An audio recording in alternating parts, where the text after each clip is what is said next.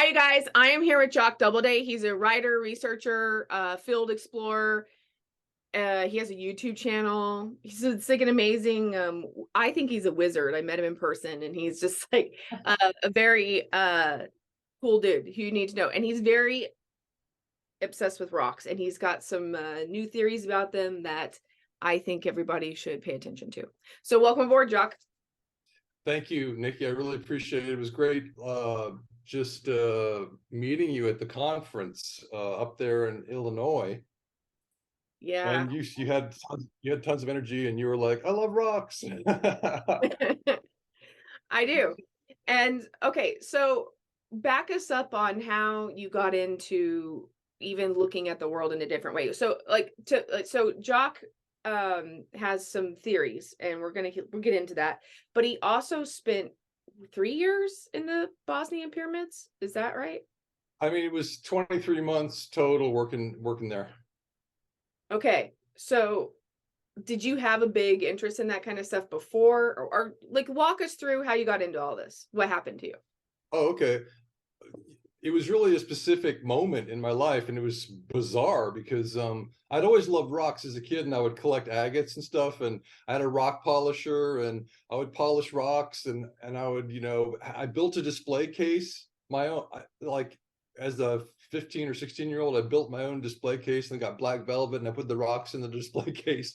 I was totally obsessed with agates and translucent things and moss agates. And anyway, I think a lot of people have the same obsession. I mean, rocks are so beautiful. I mean, especially the translucent ones where there's like worlds inside of them, and you're like, whoa, this is amazing. So you polish them up and they're beautiful, and you look at them. And so I was doing that. I was totally, some of the kids were doing crazy stuff, and I was just with my rocks. I was just the most wholesome kid in the world.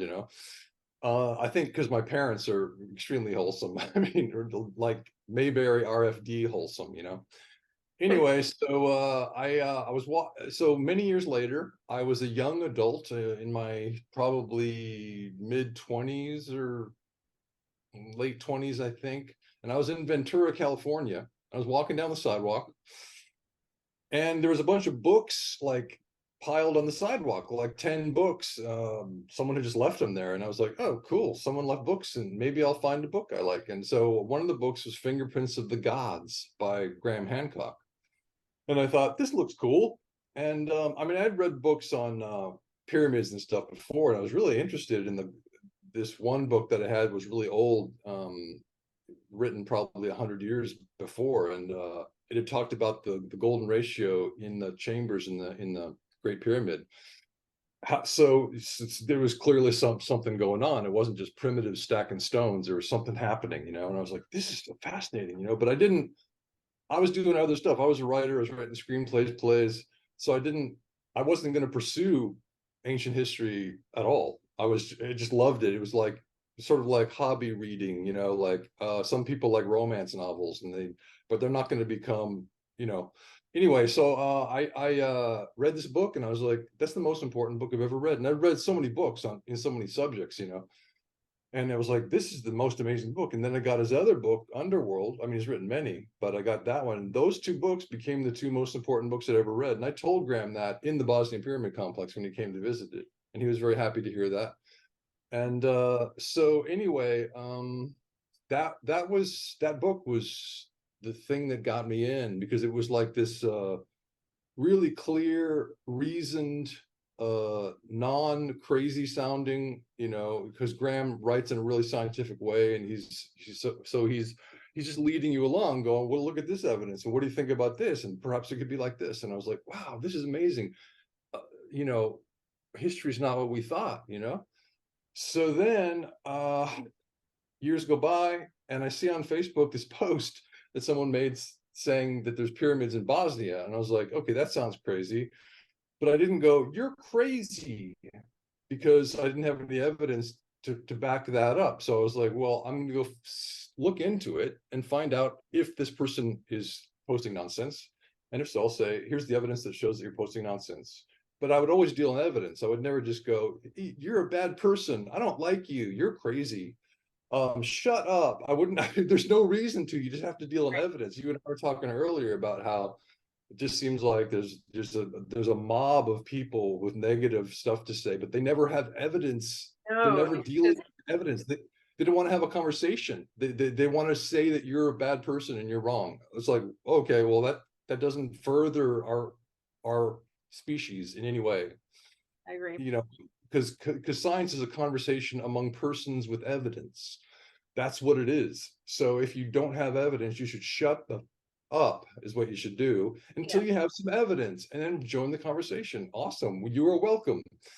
So anyway, I wrote an article called Evidence is King. Go find that one. Anyway, also Science is a Harsh Mistress. Go find that article. So Oh then yeah. so So you were like, oh, okay, Bosnian oh, pyramids.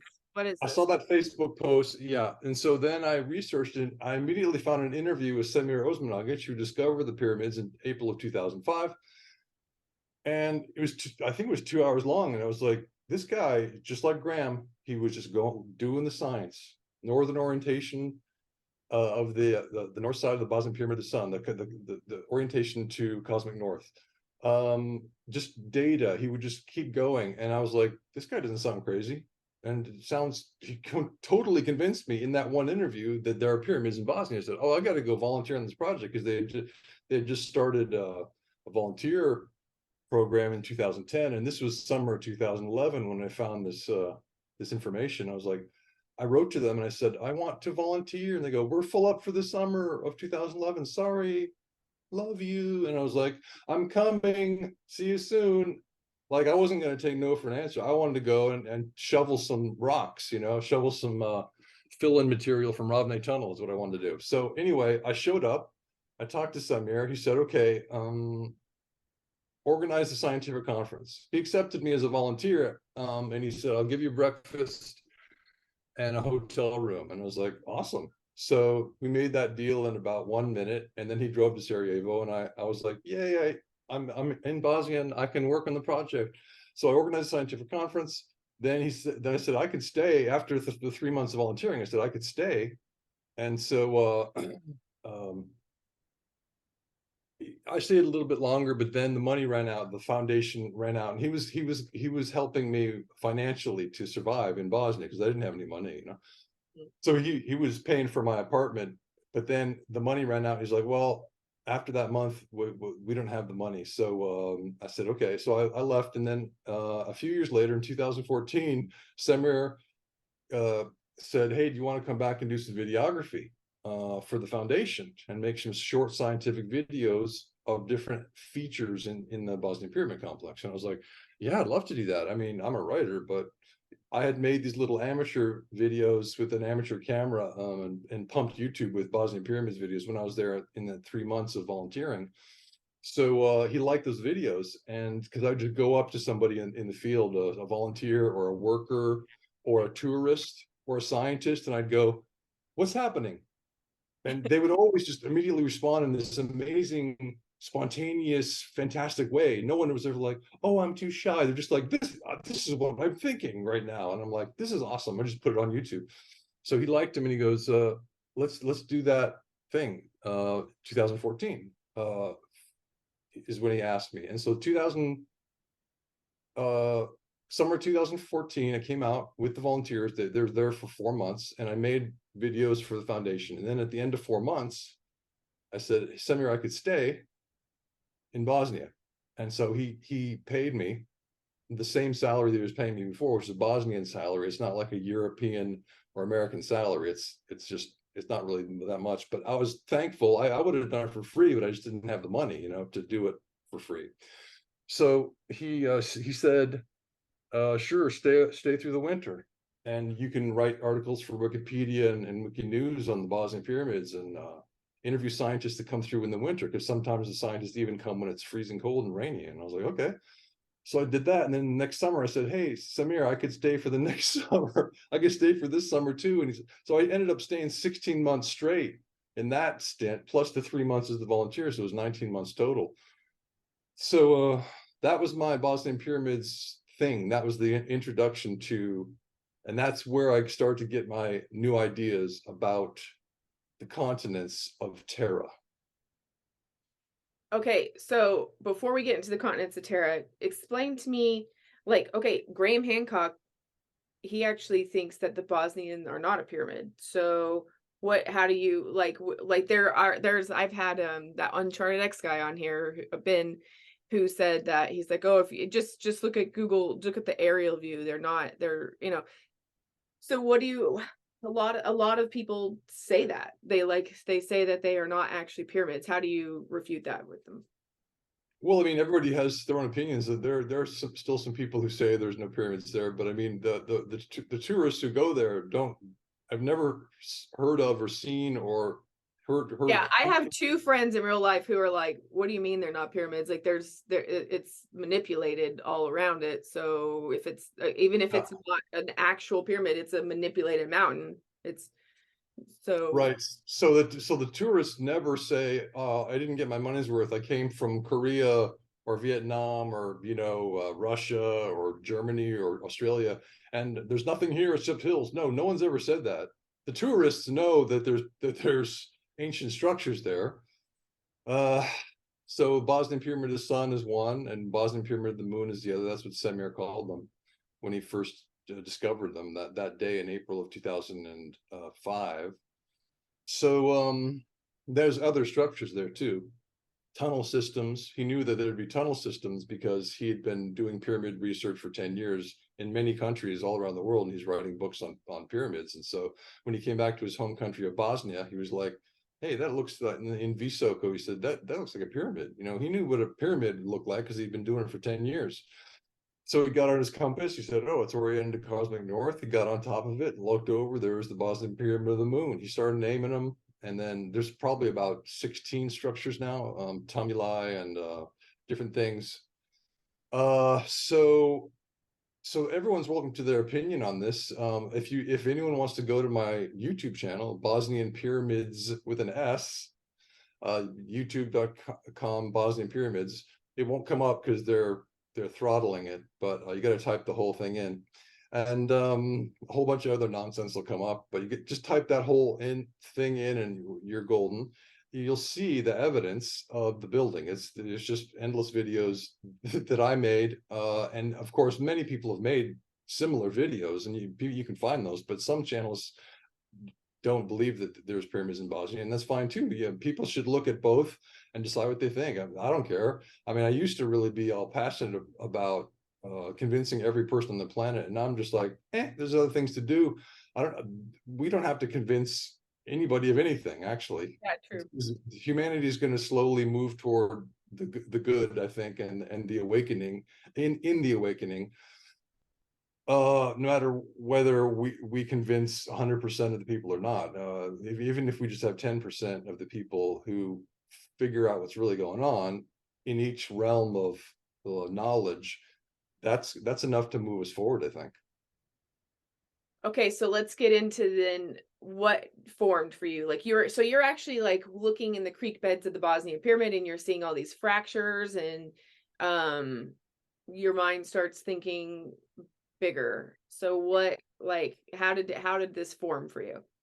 It was interesting because I sort of chastised myself looking back, because 2000 because I was there for probably 17 months total out of the 23. Before, I thought to myself, I wonder if the riverbed is the foundation of these structures, because the structures found themselves along this river called the Foinica River, which also met another river in the town of Visoko, which is why Visoko is so important, because there's two rivers there. And so the Foinica comes, it's from the west to the east, and it goes north through the complex. And then as the Foinica is going north, it joins the Bosna, or we would call it Bosnia River, coming in from the east, and they both go north together.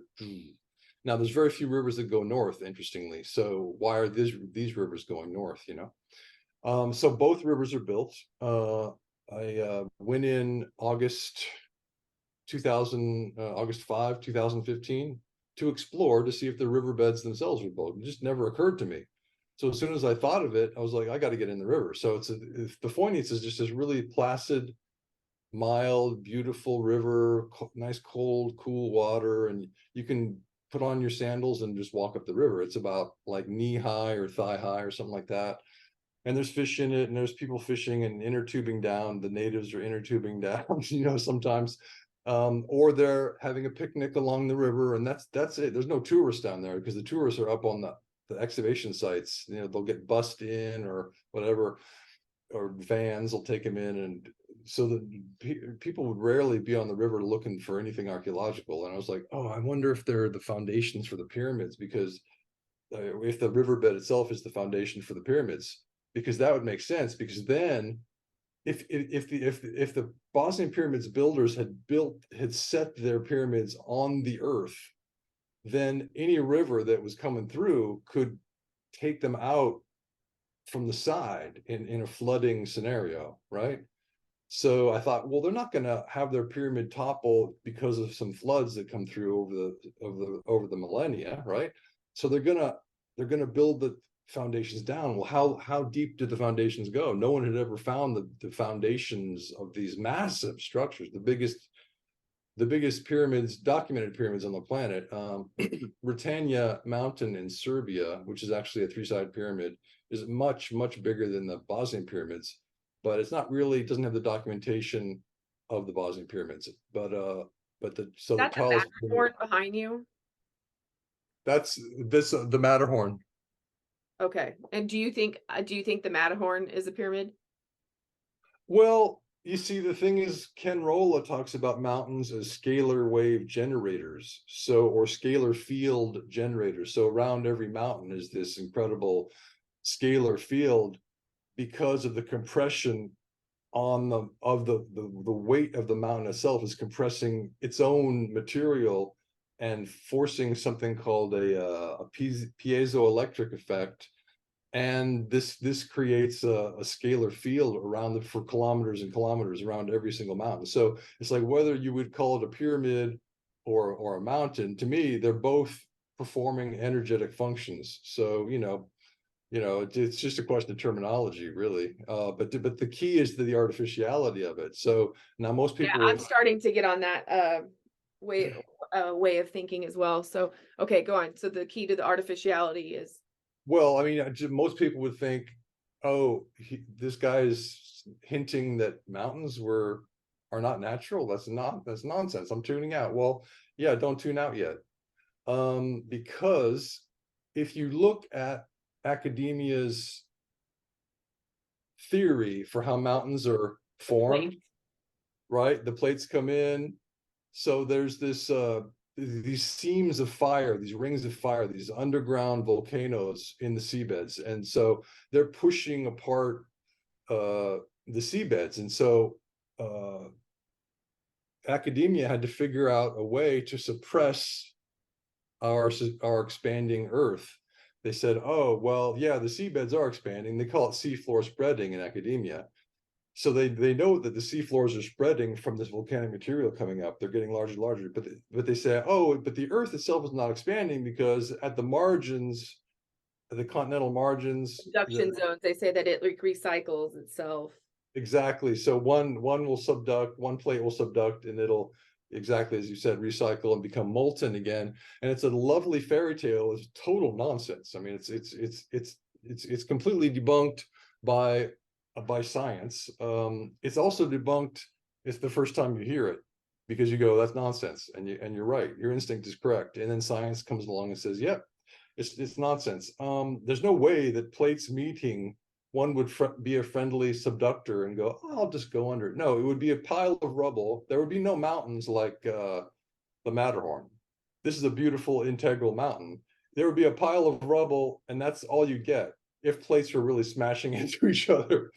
So that's obvious. Just like when we first heard that the Big Bang happened, where everything in the universe came from nothing. We knew that was nonsense as kids. But then they kept telling us this, and professors, for thousands of times, we'd keep hearing them say the Big Bang, and eventually we go, oh yeah, the Big Bang, I guess that's how it happened. But we knew it was nonsense, and science has found that it's nonsense. Real science, extra academic science. Even as a little kid, I was going like, yeah, but something can't come from nothing, just that. And yeah, I didn't buy that one from the time I was a baby. It's the first time I ever heard that. I was like, oh, that's not it. That's not it. Did you ever find yourself believing it somewhat in your life, or no? No, never. No. I'm very weird like that. Like I like I was in first grade and they were telling us about the hole in the ozone layer, and I was like, oh, okay, well, tell me about the ozone layer. They told me about that, all the stratosphere things. And I was like, well, where is this hole in the ozone layer? And it's like, oh, it's over Antarctica. And I'm like, but nobody lives in Antarctica, but you're just telling Right. me that it's from pollution, right? Like it's from this, that. And then I was like, oh, okay. And then so I just instantly was like, oh, okay, well, only thing I can figure is that it's and the next question I ask as a 6-year-old is, how long have we been measuring it? And Yeah. it's like, okay, since the 70s. Do we ever have any imagery, or do we know that it was never a hole? Like, did we ever Right. know that there wasn't a hole? Like, was there a time when it was full?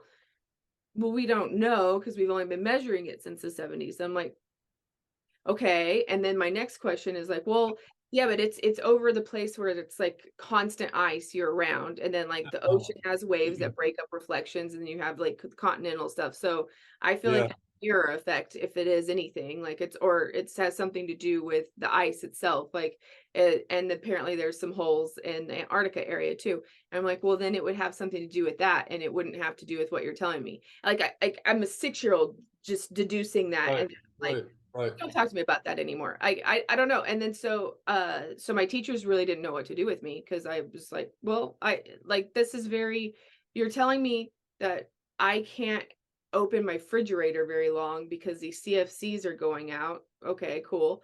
But the CFCs, a volcano produces more CFCs in one eruption than all of the cars in the entire world for 2 years. Like this is like not something that humans are Right. causing. This is something like that is maybe, but we don't even know that it's an issue. Right. It's so I could always see that there's like these weird narratives, like, or and yes, and I'm not like saying like let's just be wasteful and destroy things for the hell of it, but I am saying that, like, give me real reasons for things. Right. And they don't give me real reasons, so it's really bizarre. Well, um that's academia. That's literally what academia is. They don't give you the right evidence, and they just say things and expect you to believe it because we're the professors. And it's like, no, that's not good enough. Give me some damn evidence, you know? Well, so I was a geology major at UT Austin for and uh I was there. I did 3 years of geology. So I was really into astronomy, or and geology basically, and physics. Those were like my 3 sciences that I really, really loved. That's cool. I ended up getting an art history degree because my junior year, like towards the end of my junior year, I was just like, I would get in these arguments with like my Yeah. professors and stuff. I got in a huge argument about dark matter, and about how do we even know how many, like, why tell me that 95% of the universe is why assign a number? Why when you don't even know? Like Right. that's an arbitrary number. Like, just don't, just say we have, like, just go about it a different way. Like, your syntax Yeah. isn't working for me. Like, don't say like, oh, like the known universe is 5%, and I'm like, you have no way of quantifying that. That's Right. that you were even trying to quantify that. It Right. pisses me Right. off that Right. you're trying to quantify it. And then in geology, I okay, here's the thing that bothers me the most. Tell me. So microscopically, when you take slabs of rocks and you look at them in the microscopes, like in the lab, uh it's amazing the universe that exists within a Mm. slab of a rock, the amount of stuff. Right. And I just find it, so you're telling me that we have an iron core in the middle of the planet, and then there's all this magma, and it's churning in a crucible of, just like if you were in metallurgy and you're putting nickel and copper and zinc, or you're going to make steel or whatever it is you're going to make, whatever metal you're going to make. If you look at that microscopically, it fuses together as a solution and it becomes like its own like thing, right? So okay, so if you keep that in mind with these crucibles, like this giant crucible of heat. Mhm. Okay, so we have this mass thing that every parent, it's like the parent of every rock, right? But yet everything is like a everything's like a conglomerate when you look at it even microscopically, and there's so many. So depending upon the entropy and the rate at which it cooled, and like how long it's been since it's been in the magma, determines the mineralogy and the chemical compounds of it. I just think that it's like we need to go back to the drawing board, because that's a bullshit explanation. That's just as much fantasy as anything else. Like, I don't know how the rocks that we're sitting on came to be, but if it doesn't matter if it's igneous, sedimentary, or metamorphous.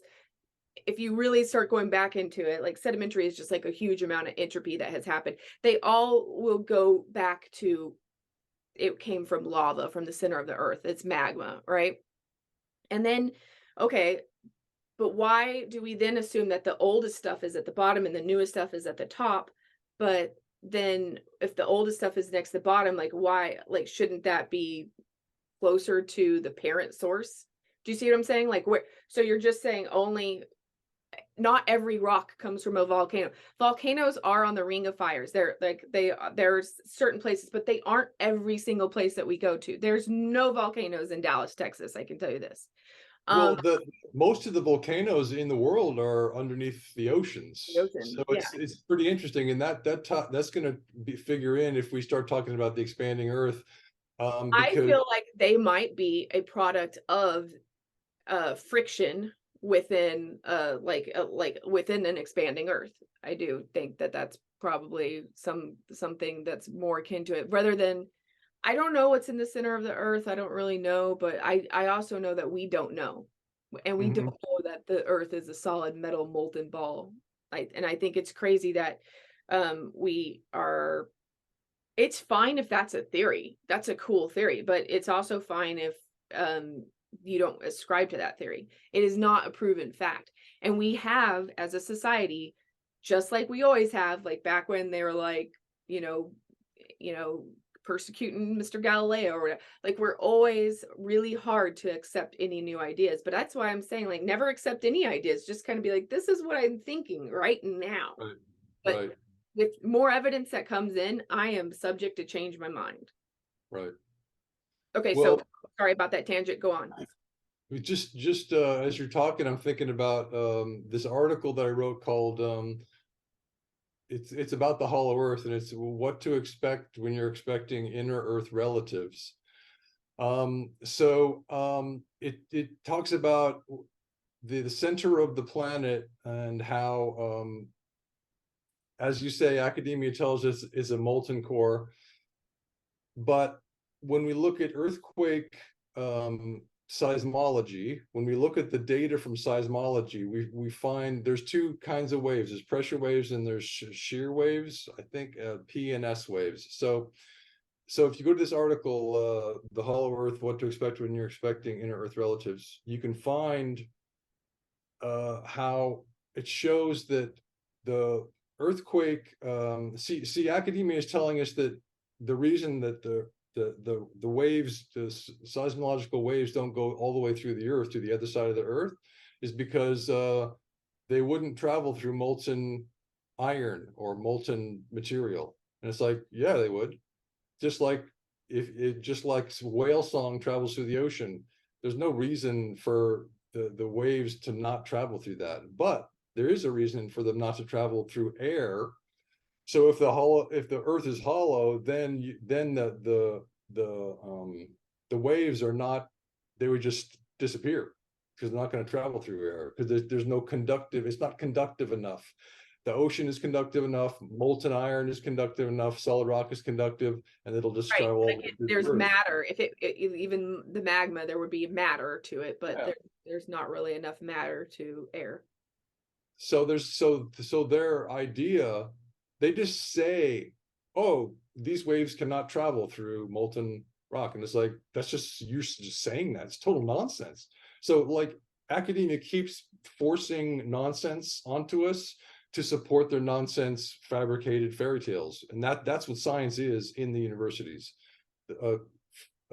Astrophysics is the worst, geology is the second worst, as far as just total nonsense. I mean, astrophysics is, there's nothing real in that. If you go to the university, it's total utter nonsense. And the electric universe contingency, their extra academic scientists keep saying, look, we have the evidence showing that there was no Big Bang. We live, scientifically speaking, we live in a universe of infinite time, although there may be a beginning to it. We just haven't found that scientifically. But as far as science is concerned right now, the universe has always been here. It may be, as Alex Collier says, 21 trillion years old, which is what the Andromedans told him. See, but that's the thing is it's like infinity is really the only thing that makes sense, because what begot the beginning? Like who? Like how did you? Like if there's a beginning, something had to begin the beginning, which had to begin that, which had to begin that, which had to begin that. Right. Infinity really is the only answer. And I mean, it may be hard to get people's head around, but even if it is like, okay, well, this expansion of the universe, this current ignition, like had a source point, but even then it would be like the universe breathing in and out, like, or there has to be a source point to that source point, so I just Right. feel like it's really weird that we're always looking for a beginning of everything, when I'm like, the fact that there is anything means that there could not have been a beginning. Right. I was a big proponent of the a universe of infinite time, and then I came upon Alex Collier saying it's 21 trillion years old, and the Andromedans are saying this.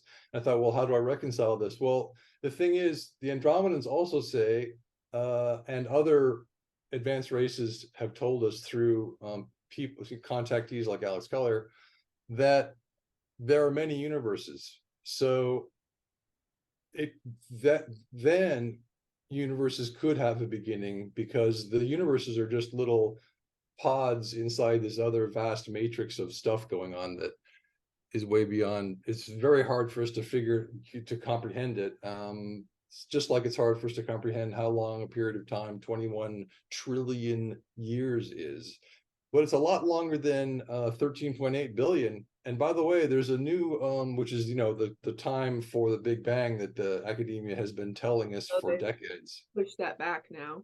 They exactly. I was just going to mention that they I think they doubled it, because the evidence that the electric universe scientists are coming up with shows that there's no way that the large scale voids that exist could have formed where places with very few stars, really sparse amount of stars, that those voids could not have become that large from this dispersal of material, where there should be material everywhere, should be stars everywhere, um, if this idea of the Big Bang was correct. So how did these large scale voids form? Well, they go, well, let's just double the age of the universe, so they're just always ad hocing it, they just keep trying to tweak it to make it work, because they really want to believe in the Big Bang. But as you said, when you were 6, you knew it was nonsense, because everything cannot come from nothing. Yeah, I mean, also, I do feel like there's a huge flaw in our instrumentation. This is, I say this is digital art. It's long form composite photography, and I, Hmm. you know, like exposure times of days at some point, like from Hubble's, and I just feel like there's a big story about space, and I feel like maybe it's, if I really like look into it, the ultimate theme is your insignificance. Like there's a big play at that about how minuscule and insignificant you are. And so like that's interesting to me. But then if you take the concept of as above, so below, and then you start thinking about your own body and about how I'm breathing right now. I don't have to tell myself to breathe. I'm just like there's mechanisms within my body doing there's a universe within me that I'm not controlling. I'm like I'm at the seat of, something in here, but I'm not controlling the mechanism of the entropy or the digestion or the breathing or the whatever. There's all these systems that are at play. And when you go into the cells and how similar they kind of revealed to a sun, like a nucleus or a nuclei. And then I start thinking like, okay, well, it's like as above, so below. Like maybe we really are floating in the stomach of a beast. Or maybe we were it's like the Mandelbrot set is a really good example, because, or it's the first real representation for me visually, where you can see how it's like, I don't know if you're like so the Mandelbrot set is like a fractaling system, and it looks like it's got this little butt thing, right? And then so you're like, okay, cool. You look at that, and if you zoom in on anywhere, it doesn't matter where on that, and then you start going closer into any one corner of it, and then you start seeing like spirals, and then you zoom into that, and you see like these little like almost electrical things, and then you zoom into that, and then eventually you get down to where you see the little weird butt like signal again, and then you zoom into that and you see the spirals, and you zoom into that and you see the lightning, and it goes on and on and on and on and on for infinity. Like there's patterns that repeat themselves after so long. And if you take that mathematical concept and you expand it more into just our physicality, our materialization, I think like if you look at the macro scale of outer space, it starts to kind of repeat our Mhm. cellular scale, like our micro scale. Right, And right, so right. maybe we're just in a middle point here where we can't see beyond this, or smaller than this. Like we've reached Mhm. like the max of our instrumentation's viewing ship. Right. But at the same time, I think like that kind of explains infinity in a little bit more, or that visually explains infinity more to me than anything else. Yeah, yeah, yeah. Well, the reason the good reason for us to be talking about the Big Bang fairy tale that academia has foisted on us, is in this particular interview is because it's the key to it all. The young universe theory, which is, oh, the universe came into existence only 13.8 billion years ago. That's not that long a time. That's really not that long a time for us to, let's say, for the what academia calls the first sentient race, the first advanced species, Homo sapiens sapiens, to arise, because it could have taken a trillion years for that to happen. But they're saying by accident, by luck, we just happen to come out of the muck and mire from these other animals and achieve self-awareness, and then achieve technology, because once we have self-awareness, then we go, oh, we have a future, we're going to plan for that future, and we're going to do agriculture, we're going to do cities. So then we develop high technology. So we're the first advanced race. That's the premise in academia. That, and everyone on the planet, not everyone, I can't make that claim.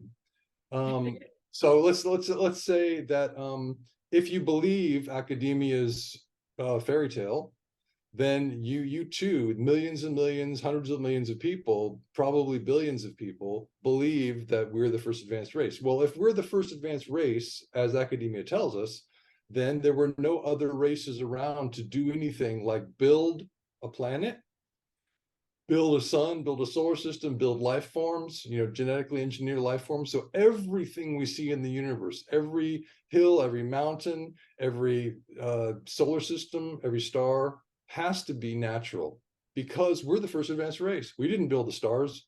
We didn't build the planets. So that premise is the thing which is based on the young universe theory. Well, we only had 13.8 billion years. So for any race to achieve high technology, of course we're the first, because how could there be more? How could there be more in such a short time? So the young universe theory corrals us and doesn't let us think about other advanced races besides us. So we're like, oh, we have the big ego. We're the first advanced race, and because the universe is so young, we know that the chances of other advanced races existing and being, let's say, more advanced than us, let's say planet building civilizations, races, it's implausible. So it makes it plausible. The young universe theory makes it plausible that we're in a universe that's completely natural, and we're the first ones building anything. So that's the key. The Big Bang is the key to their suppression of the truth. And the truth is that the universe is teeming with advanced races, because the universe has been here way longer. Alex Collier says 21 trillion years. Science so far says an infinite amount of time, way longer than the 13.8 billion year time limit of academia's Big Bang fucking nonsense. Okay, so this is going to be even crazier than it. Like that, like this is where you're gonna be like, okay, this chick's crazy. Okay, Okay. so um I have memory of I built mountains, okay, at some point when I was an energy ball. So there was a time when the earth was very young, and I remember this. I came into being with this memory. Like I've always had this memory for my whole life. And I remember being light itself. The light was that I didn't have a body. We had like more of like a I was like a spiral of like blue green energy. Okay. Wow. I would go into the ground, and like I remember when I would build a mountain, I particularly was focused in the Southwest, which is an interesting thing that I was reincarnated or not. Well, I was carnated near New Mexico's like where I was raised and stuff. Mm, And mm. I always recognize those as my mountains that I built those. Like I know I'm Wow. super crazy.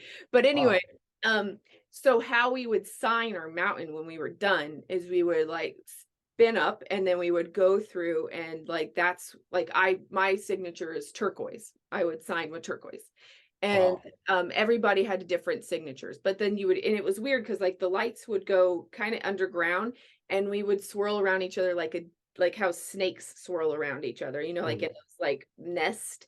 And then Mm-hmm. like you could make different combos. There was other things. It was a very bizarre thing, but there was a time when etheric, like your dream world, and materialization were still in a boundary where they could like it was part of getting the etheric realm to materialize things in this realm. And I know that sounds stupid and it sounds Oh, crazy and all that, but I have always had this memory. And so I kind of just think it's funny because it's like I don't think it's made like, and then God said, let there be land, and boom, it was more, took I don't know how long time took, but it was like a creative energies just basically made like taking, it was realms, it was like realms or dimensions to where you were taking thought form and making it into matter.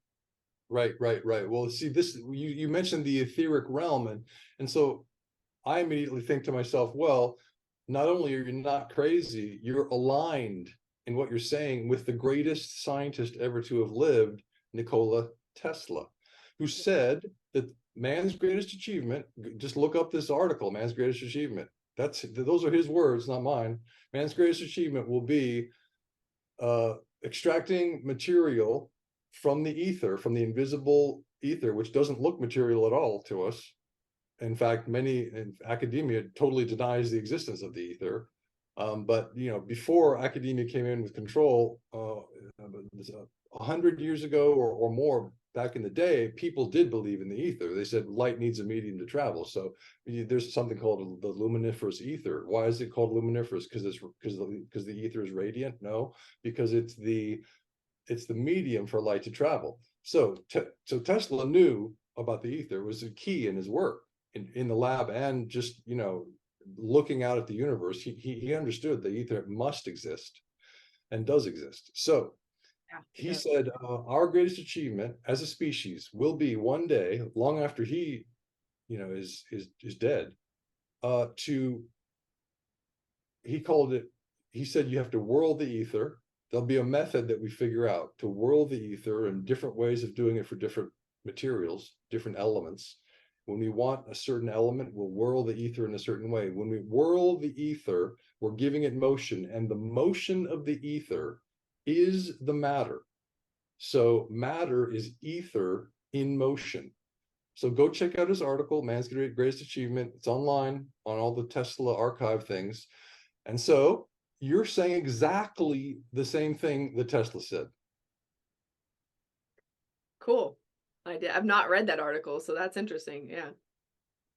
Well, I just read it for the first time about, I don't know, just before my first interview with Journey to Truth back in, I think it was January 2021. Just before that, 2 weeks before that, I was reading about this article and going, oh my God, Tesla said that we're going to be planet builders, and that's going to be our greatest achievement. Cheers, That's really interesting because yeah, I we were planet builders. Like um I wasn't the only one. There's so many. There's Tell like me about them. How many were there? that I can remember interacting with felt like thousands. Were they friends of yours? You knew them personally? I don't know them personally in this life, but I'm just saying of Oh, energy balls, like are of because at that point, like I was the light. Like I right, mean, like my consciousness was right. associated with the light. So you Um, weren't a personality per se. like it's interesting because I had at that point I had vision enough to like I like I could it's interesting though because it's not like I could just focus on one thing. It was like if I put myself back into the ball, I could see 360 around me at all times. Right, right, right, right. But at the same time I was it was coming from that one ball. Like I couldn't see the places I wasn't at. I know I could only see like the 360 of everything that of where I was focused. My intention and my awareness was within and I was a Focal. perpetual spiral of blue green light. Like I could see myself through within myself. Wow, wow, wow, Um, wow. Wow. and Yeah, so yeah, like when I would go back into the nest or whatever, and first of all, it was just pure bliss. It was very fun to be this thing. And there wasn't like the same kind of emotions that we experience. And so anyway, when I was back in with other lights and stuff, I would go to darkness and I felt like I went into the ground to go to darkness and then you would become the lights and then you would within the darkness you would find other lights and then you would hang yeah, out with them. And I don't know how many. It felt like it wasn't infinite, but it definitely felt like thousands of other lights that were there. And the way you communicated was, very differently. There was no language. It was just just knowingnesses all the time. yeah. And like you swirled with other people or other lights all the time. And you would go like for projects and stuff, you would go swirl with them to do this and do that. And I don't know how it ended and I don't know how it began. I just really remember my main memory is my rock formation times. And Yeah. I really liked making parts of the Rockies. That was like really fun for me. And that was my Nice, assignment. nice. I don't know if it was my assignment or if it was just my choice, but I knew I knew I was building a planet. And that's my thing is it's like I guess that's where the builder race thing comes in.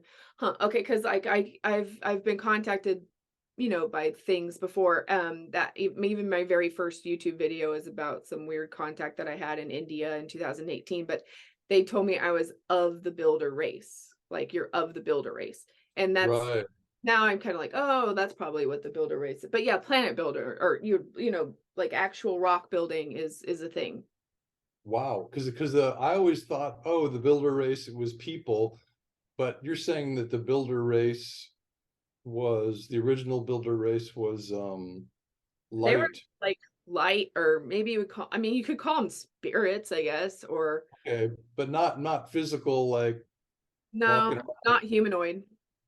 Interesting. Okay, that's really cool. That's really cool. The ancient builder race, because Wilcock talks a lot about the ancient builder race, and I think maybe there's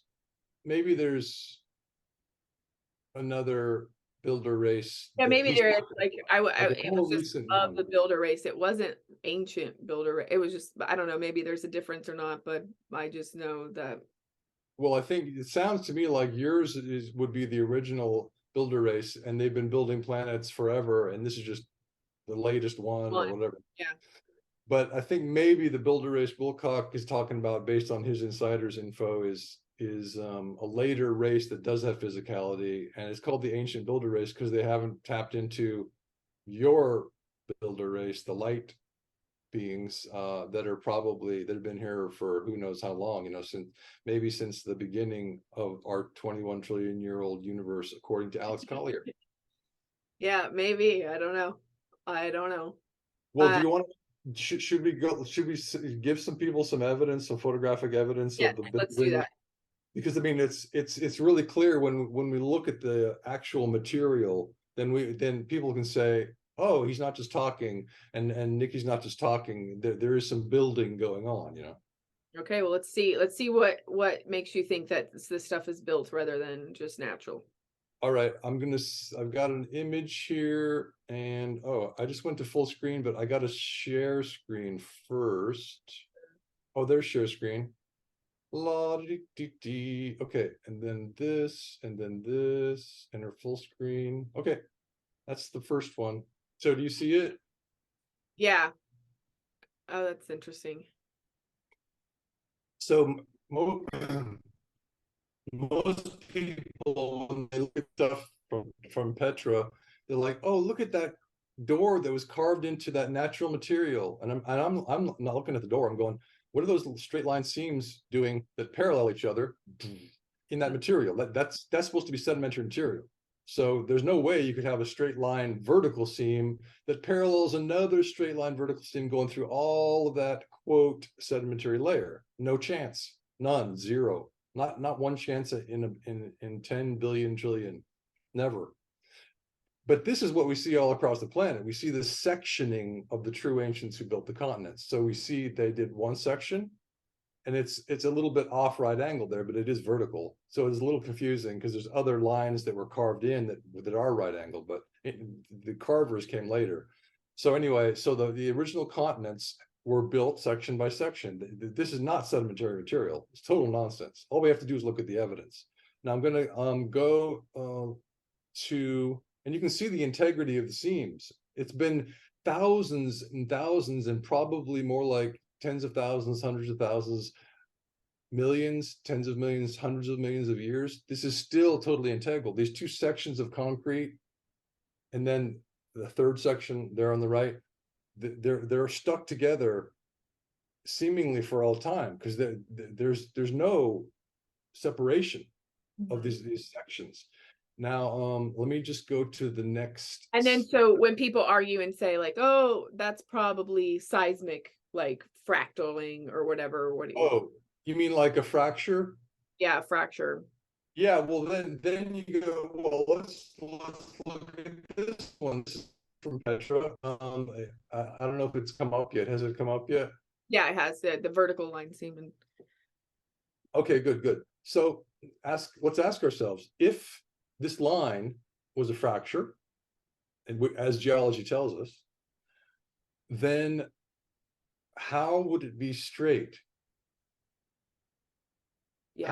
How would natural sedimentary material fracture in a perfect vertical straight line? It makes no sense at all, because a fracture is finding weaknesses in the material, and it's always going to be jagged. There's no way you could ever have a straight line that runs through many different layers, by the way, of material. So those are supposed to be time periods. All the horizontal lines are supposed to be time periods according to geology.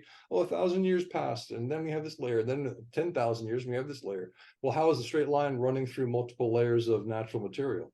So all we have to do is look at it and think. No one's done that yet. Why? Why has no one done that? Because they just walk past it. See the tourists? They're looking for the carvings. They didn't look at that. Why? Because geology told them that's a fucking fracture. They've been told it has to be natural. Why? Because we're the first advanced race, and we didn't build this. We didn't build Petra. So it has to be natural. And you just walk past it. So academia has totally controlled our minds, and we will go look at the carvings now. Yeah, that's so interesting that we do that. It's weird.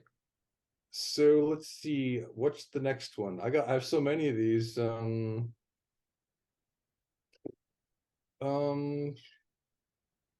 dike. Well, Let's talk about the dikes. That's a big theme for me recently, because I just got back from Shiprock in February. Even had like a live show about it recently, and like I was with Tyler and Katie, and I don't know. That's supposedly a geological dike, but then they say that Shiprock is a dike, but it's a wall. I don't know what else. Yeah. I did a day's worth of footage at Shiprock. It's so interesting. And I still haven't made the video because it's such a conundrum, that thing, but because I haven't quite figured everything out. But when I do, I'll post the video. But anyway, yeah, so we have this vertical feature, you can see this weird 3-layered vertical feature through the many, many layers of horizontal material. And geology says, well, geologists have to come up with mechanisms to explain everything that are natural mechanisms, because they know it's natural. That's their premise. We didn't build this hill, this mountain, therefore it must be natural. Therefore we have to come up with a mechanism. How the fuck, they think to themselves, did this happen? Well, it had to be an intrusion. Oh, really? Well, that makes no sense whatsoever. First of all, it's layered. How does Yeah, even the dike itself is layered with a vertical right? stream. There's 3 layers to it. So that's total nonsense. Also, you see these polygonal columns all around the planet. Yeah. Like at Devil's Tower in Wyoming. And you go, wait, how are these polygonal columns forming? And then you look closer and you see that it's also horizontally stacked. So it's not just perfectly smooth 5-sided, 6-sided, 4-sided, 5-sided polygonal columns, smooth, but it's also stacked in these regular width stacks. And you're like, yeah, they're like, oh, those are basalt column burrs, and they're found in like Roswell. So yeah, so this is supposed to be some kind of intrusion. It's like, well, it's the same material. What's it? So the same material somehow came up and intruded. So it had to be a space that was perfectly vertical. How's that happening? Why does it stop at the top of that layer? Why doesn't it spill out? So none of it makes sense. It's total nonsense. I mean, if geology is essentially, and why would it be so uniform? Like, why wouldn't it like okay, so supposedly it's magma from the earth that's like filling in a crevice and goes bloop. Like that's if you read the explanations from scientists about that's how the formation of dikes happen. It's basically they're magma channels that go into fractures.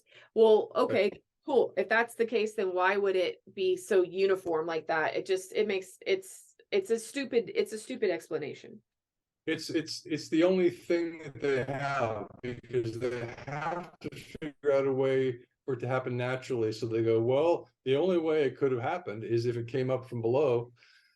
So that's their best guess. And it's like, well, just get rid of your premise. The universe is teeming with advanced races, way more advanced than we are. We're not even advanced. We think we're advanced. We're not an advanced race. There's just races so much more advanced than we are. And of course they could build continents and planets if they wanted to. It's child's play to an advanced race in a universe of 21 trillion years, or in a universe of infinite time. So we're just the late starters. We're the last advanced race in the universe, not the first. So anyway, so here we have asymmetrical sectioning. Let's look at the straight lines that run through what is called horizontal material. You're like, why are there straight lines running through horizontal sedimentary material? Well, why is sedimentary filtering that should give us perfect horizontal layers suddenly, why do they have one straight line on the left of the photo, on the top to the left of those bighorn sheep, or whatever they are? Are they bighorn sheep or whatever they are? Those animals, we see that line, and we notice that it transverses about, I don't know, 20 layers that are supposed to be sedimentary layers, one line. And then internally we see that it's smooth on the vertical on the face there on the left. We see a smooth face, and you're like, that's not a fracture. It's impossible. And then we notice the vertical lines in other places. They don't necessarily have to be perfectly straight to be building, but oftentimes they are perfectly straight. So we see vertical lines throughout that are transversing multiple layers. Well, that's impossible for nature to do. So we know it's not a natural mechanism that formed this. And people would say, but why wouldn't they just build it the way we build it? Why don't they just have a brick that's one size and the same size brick and the same size brick if they're going to build a continent? Well, because it's not strong enough. The strongest building is asymmetrical. Different sized sections, different shaped sections. So it all fits together in this super strong jigsaw puzzle. instead of our building, which is a brick and another brick. And so if an earthquake comes along, the bricks just fall apart because they're not strongly holding each other together. Right. So this is supposed to be sedimentary material. This is the Grand Staircase Escalante National Monument, Southern Utah. Oh wow. So it's that close to arches? And not sure.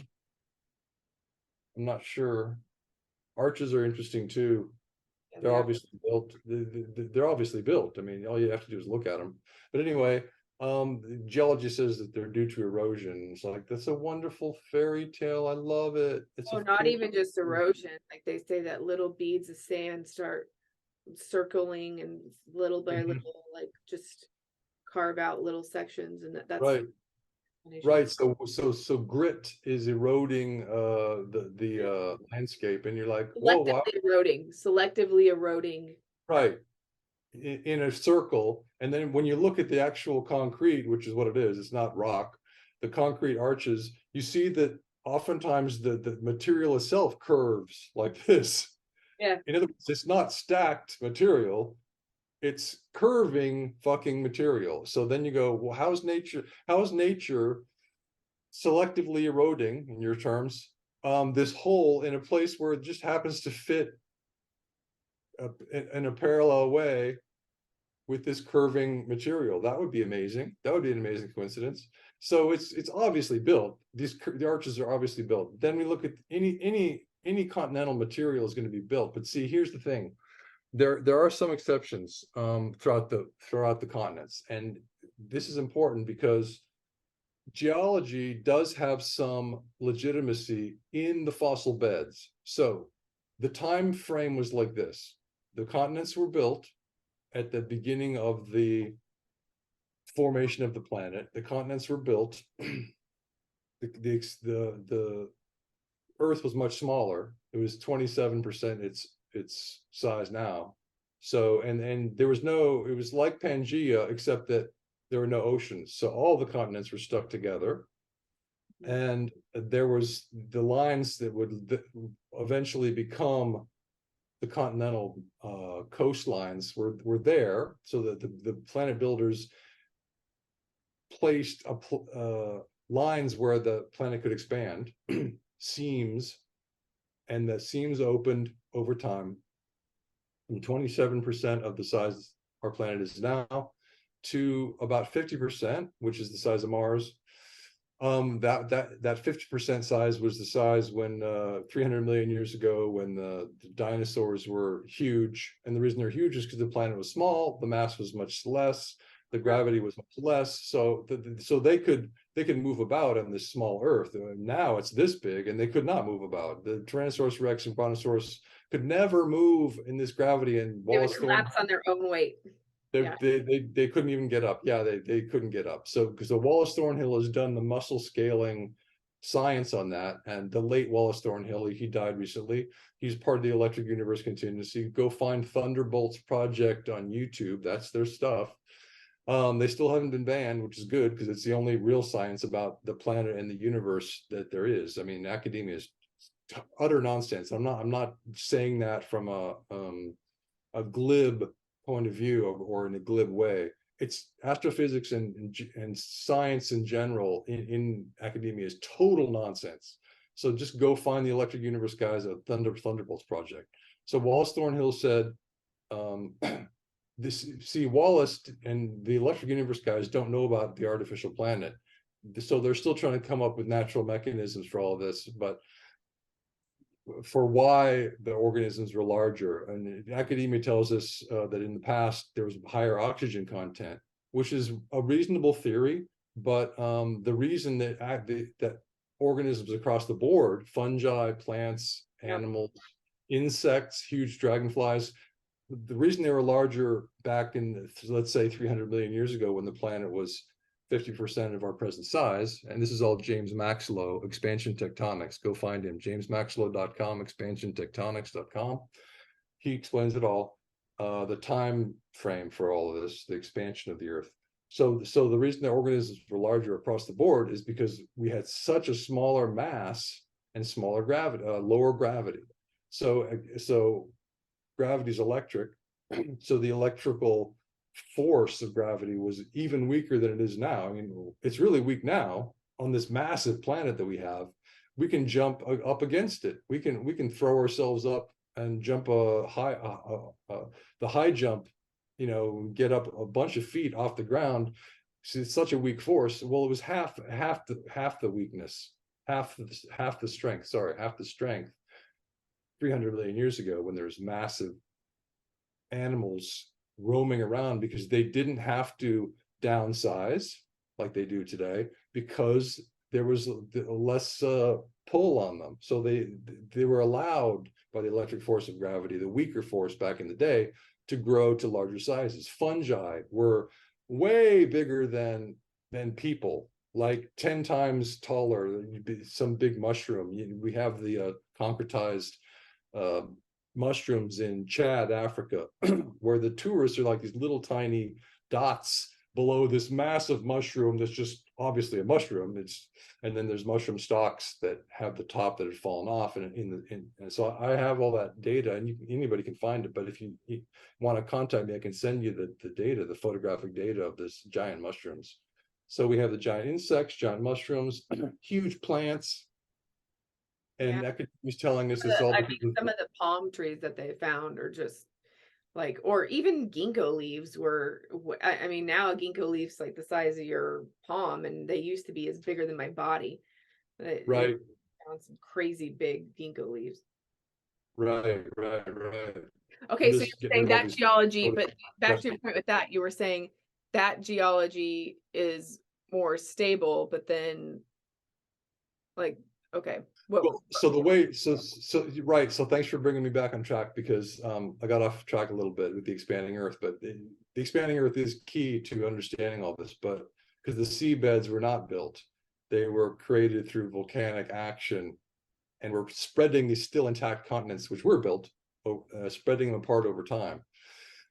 So you won't get any of this in academia. They just deny the expanding Earth. They deny the artificiality of the continents, and they deny everything that's actually real about the planet, as far as science is concerned, because we have the science. So we have the science to if people want to know about the expanding Earth, all they have to do is go to jamesmaxlow.com or expansiontectonics.com. That's his other site. So we know that academia has suppressed the truth about our planet's past. Now, does that mean that I'm saying that professors are lying to us? No, I'm not saying that. I'm saying that their textbooks are written essentially or informed by persons who do know the truth and who are controlling the information. And so the professors are passing along the best information that we have from the controllers that don't want us to know the truth about our past and about the past of Terra herself. All right, so I want to be clear that my theory, which is what I call the continental terraforming theory, or the artificial continents theory, does dovetail with geology in this way. We have an old planet that was built and by an advanced race or races in the distant past. The continents were built, all the features of the continents.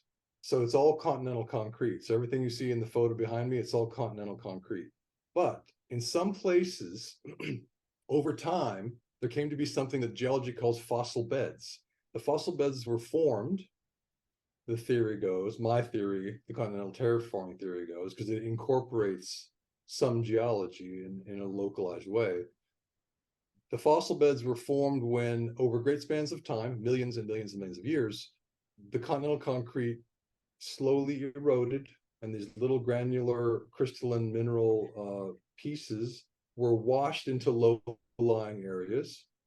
Hence, geology's term fossil beds, because we don't find fossils everywhere. We only find them in localized areas that are low-lying, and so the sedimentary action over time, which is geological. It's legitimate. So geology is legitimate in the sense that, yes, we do have fossil beds, but all of that material is from the continental concrete, the artificial concrete that was laid down by an advanced race or races. So every single mineralized life form, every single fossil is made of the original continental concrete granules. So the two theories work together. They dovetail, but geology wants to say everything is natural, and so I want to be clear that that's incorrect.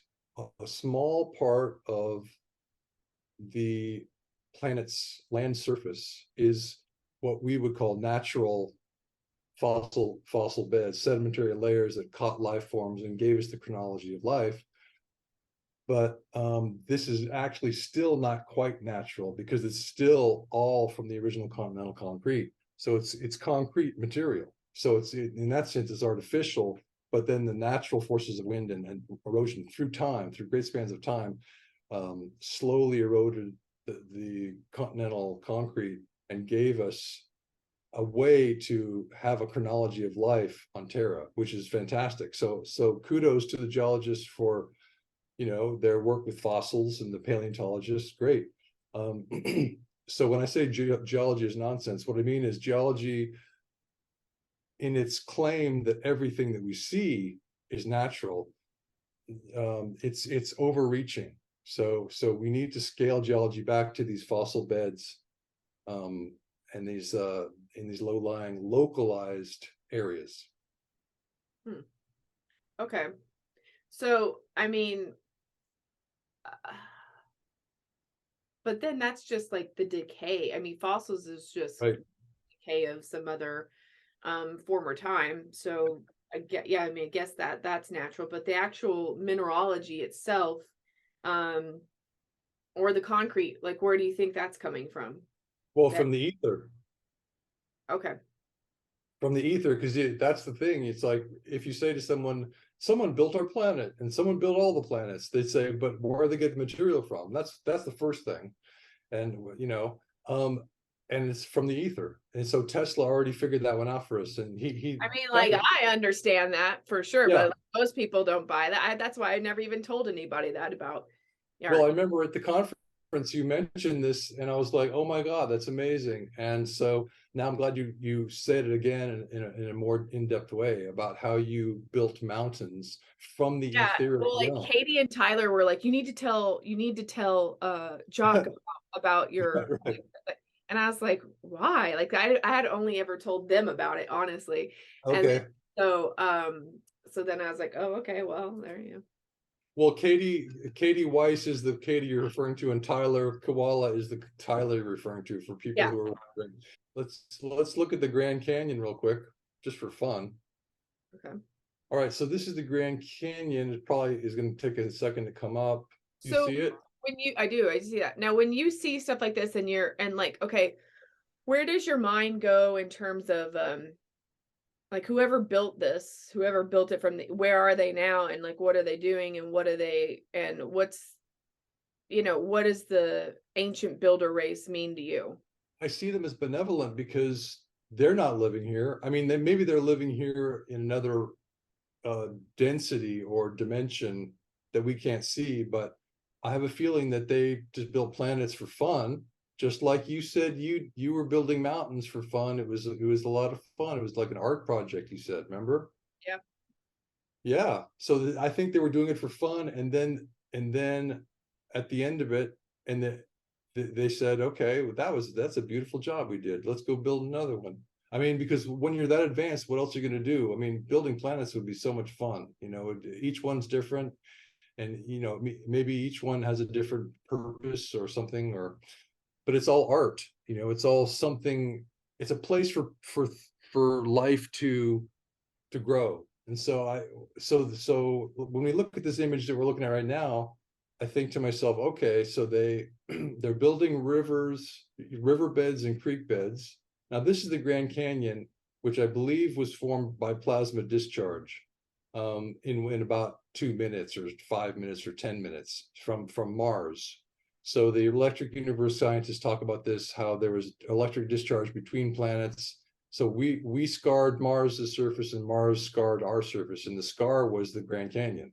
So it threw all this material up. And so we're able to see inside the interior of the continental construction that the true ancients created. We wouldn't have seen this if the plasma discharge hadn't thrown out all that material. So we're looking in the interior of the construction, and we see the straight line seam, and it actually goes all the way to the bottom of the photo if you follow that line, and then it goes all the way to the top of the photo. And how do we get a straight line that transverses 20 layers of quote sedimentary material? Impossible. So we know it's built, and that's pretty cool that a plasma discharge could reveal the building to us, you know.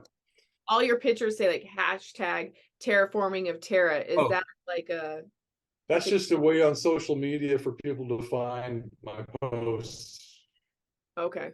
Yeah, so Facebook, there's probably thousands of Terraforming of Terra posts, you know. So this is Wyoming. I did a cross-country trip for my birthday a couple years ago, and stopped in Wyoming. And this is supposed to be sedimentary material. And so those layers that are running across are supposed to have formed, let's say one layer is 1,000 years, one layer is 100 years, one layer is 20,000 years. But how is this line going through all those sedimentary layers? Yeah. And it's not, it doesn't have the feel of a fracture. It's not breaking apart. So Right. this It is almost looks like it's a little bit like hugging each other like like it was molded that way. well, yeah, and there's this integral quality to these two sections being joined by this line. So I call the line a seam, because the seam is joining two things together, like a seam in a garment joins two sections of material, of two pieces of fabric together. That's what it does. So the true ancients who built the continents used continental concrete to build the features that we see, the mountains, the hills, the valleys, the riverbeds, the creek beds, and they did it with sectioning. So, and they would stick their sections together somehow. I don't know how they did it, but section by section, and they'd layer their sections like a cake. So the section on the left would be layered, and they'd lay that down. Then they'd lay the section on the right, and somehow they join them in this integral way with a seam, and the seam would tell us about the building. The seams help us know that the building exists. Otherwise, we might think everything is natural. If we didn't have seams, if everything was horizontal, we would just be fooled forever. But because we have the vertical lines that show the sectioning of the true ancients, that's how we know that the continents were built. I like it. And you find this all over the world. All over the three continents that I've explored personally, Africa, Eurasia, and North America, and then in photos and videos of other continents. Yeah, so I've looked at all the continents except for Antarctica, which because it's covered in ice, it's kind of like, well, how am I gonna explore the rivers because of ice? But the other continents, I've seen photographic and videographic evidence that shows that the sectioning, the vertical sectioning through sedimentary material, and sometimes through molten igneous rock. Well, yeah, it is molten, but it wasn't naturally formed granite or naturally formed basalt. It wasn't formed in this crucible that you had talked about earlier. It was molded in exactly the forms we see them. All this granite and basalt, all these features that we call granite and basalt were just a mineral mix, a mineral recipe. I call it the recipes of the ancients. But anyway, they mixed the minerals and created these various recipes. Okay, magic recipes is what I call them. So they have an energetic function. So the granite has an energetic function that the true ancients who created the granite from the ether wanted it to have on this planet Terra. And the basalt has an energetic function, and they would use these basalt in the creek beds and riverbeds. I have a Rock Creek video in the Sierra Nevadas that shows the basalt, the 45-degree angle sectioning through the riverbed that could not have happened naturally. I mean, So, and we find the 45-degree angle sectioning through, let me just find that really quick. 45 degree, because So I weird have because I just feel like I'm like, we are in a very bizarre video game or whatever you want to call it. Like this whole thing is just, if it's made, it's just weird. Well, even well, it's made somehow, right? Even no matter how it's made, and it's just super. I It's so weird to start thinking about like, what are we on? What are we in? What is this? I know. I think video game is an appropriate metaphor. I think video game is exactly what we're in. And so, but we have free will.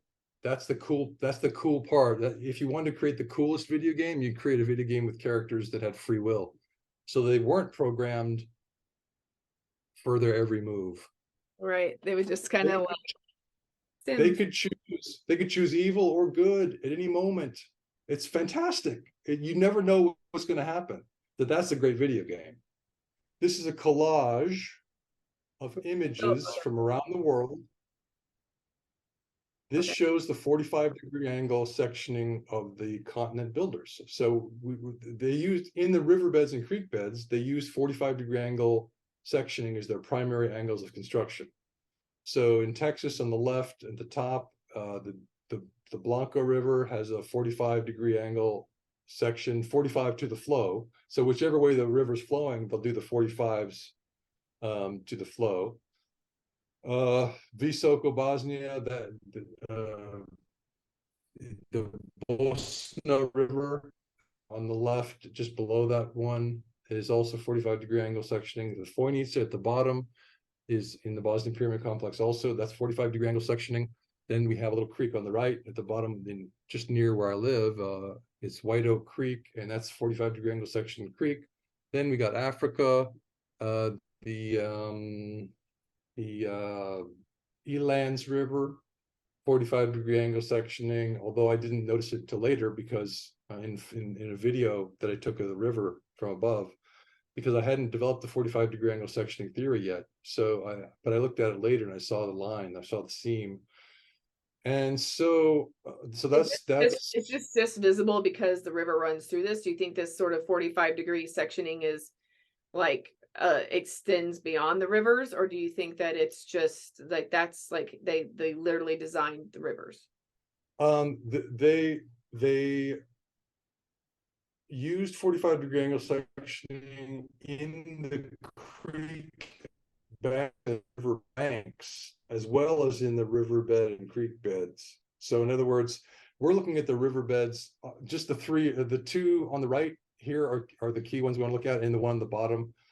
So we see that they're in the riverbeds, we see the 45-degree angle sectioning, but if you look on the creek banks or river banks, you also see that it extends up layer after layer after layer as the primary angle. They also mix it with right angles, lines that go straight across the flow of the river, and let's say 70-degree or 120-degree angles. So there's certain angles that they'll use in addition to the 45-degree angle primary angle of construction. But it does go all the way up the hills on either side of the rivers. So the river beds are foundations for hills. All riverbeds and creek beds are foundations for hills. So they're building really strong hills. And the way they did that was to use 45-degree angle sectioning in their foundations. What are their foundations? Well, they're riverbeds and creek beds. These are foundations for hills. So they wanted to make it strong. Okay, yeah, that makes sense. So they don't stabilize them. What is this one in Montana? That's interesting. Oh yeah, the Montana megaliths. That's I'm trying to remember what the name of that one was. Sage wall? No. Oh, there's so many amazing features there. So yeah, you But I like gotta that check one out where Busy there's like the Rider's white, work on. there's like the white brick within, or that white stone within the darker stone. Let me just here. I'll go grab it again. Let's see. Yeah, that. What is that? All right, so this is called Pink Vault in the Montana megaliths on the left. And then in the middle is Starfire Duolith. So Julie Ryder coined the term duolith to talk about two standing stones that are parallel that have a little bit of a gap between them. But anyway, so on the left, we have this feature that geologists call natural. Oh, this just happened. So there's this black material, whatever you want to call it granite, call it basalt, whatever you want. In the middle is the pinker, lighter colored granite. That's what geologists call this material, which is actually magic mineral recipes cooked up by the ancients who built the Montana megaliths. Now, I don't know if the true ancients who built the continents were building the Montana megaliths, or if these came later. All of these structures in the Montana megaliths might have been repurposed continental concrete, just like all the pyramidal blocks are repurposed continental concrete. All the blocks in the pyramids across the earth were not cut and dragged by slaves. They were cast in place by really smart people, really smart engineers. I call them the ancients to distinguish them in time from the true ancients who built the continents. Okay.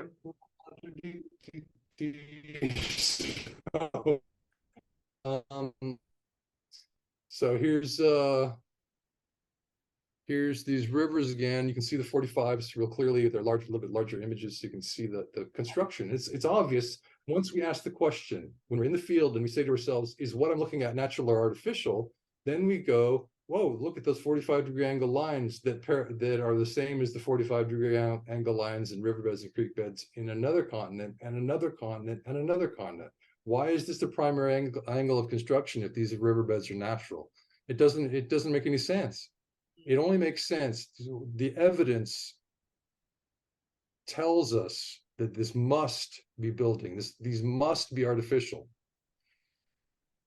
So I'm going to stop share. Okay, so there you go. That's a lot for people to chew on. Like, I like it. It's good. Yeah. Okay, so tell us about where people can find you and how they can help with your research.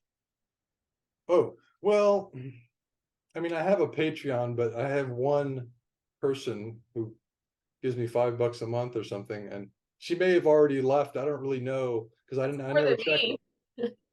I'm just not. It's Terraforming of Terra on Patreon, but it's like I'm not here to make money from anybody. I think people should, instead of sending me money, they should just walk outside with a video camera and make their own videos and send them to their friends and go, hey, I think this is geological, or hey, I think this is artificial.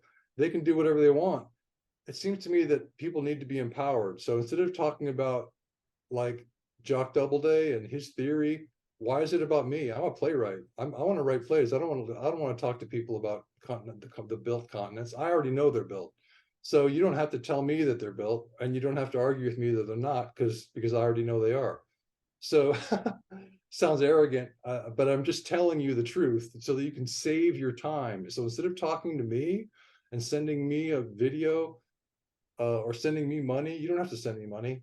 Save your money. Buy a nice lunch on your field trip outside, 10 miles from your house or 100 miles from your house, or maybe just right next door. Maybe basically every region you're at is going to have some kind of something you can explore geologically around you, and to make an own deduction of whether or not you think how this was formed. Exactly. And there are lots of places that I go that I can't tell if it's geological or artificial because it does look natural. And I go, well, this could have been brought in, this flood brought material, this chaotic material looks like it was brought by a flood later on, because the erosion has gone on for such a long time. There's lots of movement of material around by water. So, riverbeds could be just covered with silt and sediment that's been brought in over the time. You'd never see the original building of the creek bed or riverbed. So someone going to a river like that, they'd say, oh, this is natural. Well, yeah, it is natural in the sense that it was brought here by flood, but it's all continental concrete. I promise you, in the beginning, like from the 4 billion years ago if the time scale is correct that academia gives us, so 4.56 billion years ago, the planet was created. So that's how long it's been that things have been eroding and being pushed around by water. And so we'll find fossils at the top of mountains because global floods will throw everything up to the top of the mountain and then recede. And people say, hey, this was a seabed once. And it's like, well, maybe, but I don't know. I think it was just brought there by a global flood, these fossils, you know. It is all twisted and whatever. Yeah, everything's all I mean, mucked out. How about that? well, Yeah. that's the thing. We're it's like a mosh pit of events dealing with all the mineral material on the surface of the planet. So many global floods, so many pole shifts and earthquakes and layers of ash forming. Oh, it's all natural. Well, yeah, I guess. But what if the planet itself was brought into existence from the ether, which is what my theory is. I mean, there's two theories, the artificial planet theory and the artificial continents theory, because I think it was a two-stage process. The planet itself was built and then the continents were were built. So I think it was two stages. And in the continental building, I think there was many stages, and the Bosnian pyramids were part of the continental construction only 34,000 years ago. So that the true ancients who built the continents were not just building 4 billion years ago. They weren't just building continents way back then. They've been doing repair work, let's say, throughout the just artistic additions to the continental features throughout the many millennia up until the Bosnian pyramids 34,000 years ago, where this more natural way of building pyramids is seen. So that's why no one saw the pyramids in Visoko, Bosnia for thousands of years. And it took Semir Osmanagic to see the pyramidal construction, because it's layered in a different way. It's built in a different way than the sort of more brittle blocks on the Giza Plateau, for instance. Cool. So yeah. The Bosnia pyramids are on my bucket list for sure. Well, you got to go to Ravne Tunnel. That's where everybody meets, right outside Ravne Tunnel. And then inside, see what happened was Ravne was part of the pyramid complex. It's this winding labyrinth, but then it was plugged with loose sand and river stones by an unknown culture 4,600 years ago. And they filled the tunnel labyrinth to the brim with loose sand and river stones, what Semir calls the fill-in material. So volunteers and workers for Archaeological Park Foundation have been digging out this loose fill-in material, these little river stones and sand, since 2010. I mean, they work year round, and so there's so much material. They're taking out wheelbarrow by wheelbarrow because there's no other way to do it. Really heavy material, you know. So and then they give it to the city to make roads out of, because it's just pure, clean.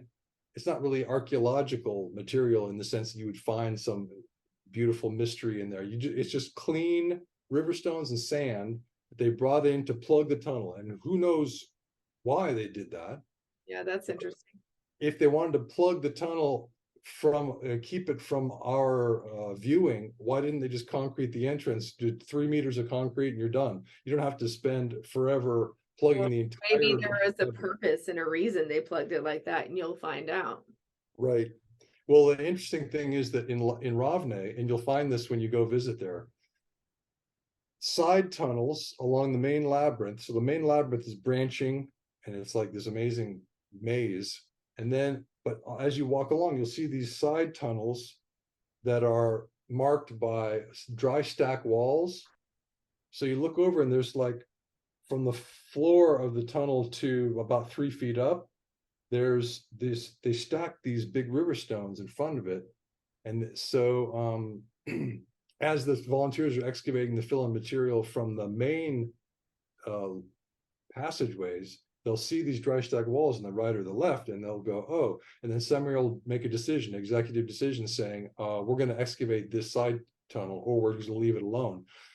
If he decides to excavate it, what happens is they find behind the dry stack wall for the side tunnel, they'll find like 3 meters of fill-in material, then another dry stack wall, then another 3 meters of fill-in material, another dry stack wall, another 3 meters, and then it'll open up once they take out 9 meters of material or so, it'll open up into a water channel that's open, and it'll wind along, and the water will get deeper and deeper. It starts at a centimeter and just goes deeper, deeper to about thigh, and then thigh height, and then it stops. And it goes for 20 meters or 150 meters, it depends. And no one knows why they have water channels. No one knows why the pluggers of the tunnel left the water channels open, but plugged the entrance to each side channel where the water channels are. What's So the spheres? Aren't there like little spheres found there? little orbs. You mean orbs? Orbs are like little, like basically little balls. Like somebody brought me Oh, that ball from the Bosnia. mineral balls? Yeah, I don't know what those are about. Or I don't know about the mineral balls. Spheres. I don't know about anything like that being found in Ravne, but the mysteries of Ravne are so great that they'll keep you busy even if you don't find any mineral balls. I mean, it's amazing. And you can find really good videos on that, short scientific videos, 2.5 minutes each. Semir wanted to keep them really short, so on my channel, Bosnian Pyramids YouTube channel, go check them out. Just search, or you could search Ravne Tunnel 2014 energy, water, megaliths. So each of those is a separate video, and you can take a little tour of Ravne Tunnel without having to fly to Bosnia. very Cheers. cool. Cheers. All right, Jock, thank you so much. This has been a pleasure, and we'll have to have you on again sometime. Thank you. A real pleasure talking to you. I love that you have a discerning, perspicacious mind, and I was doing my best to bring my A material because I didn't want you to say, you sound like the academics. You know, I wanted you to say, hey, that sounds reasonable. And I do. I think it's totally reasonable. All right, cool. So we'll talk again soon. Bye. Bye.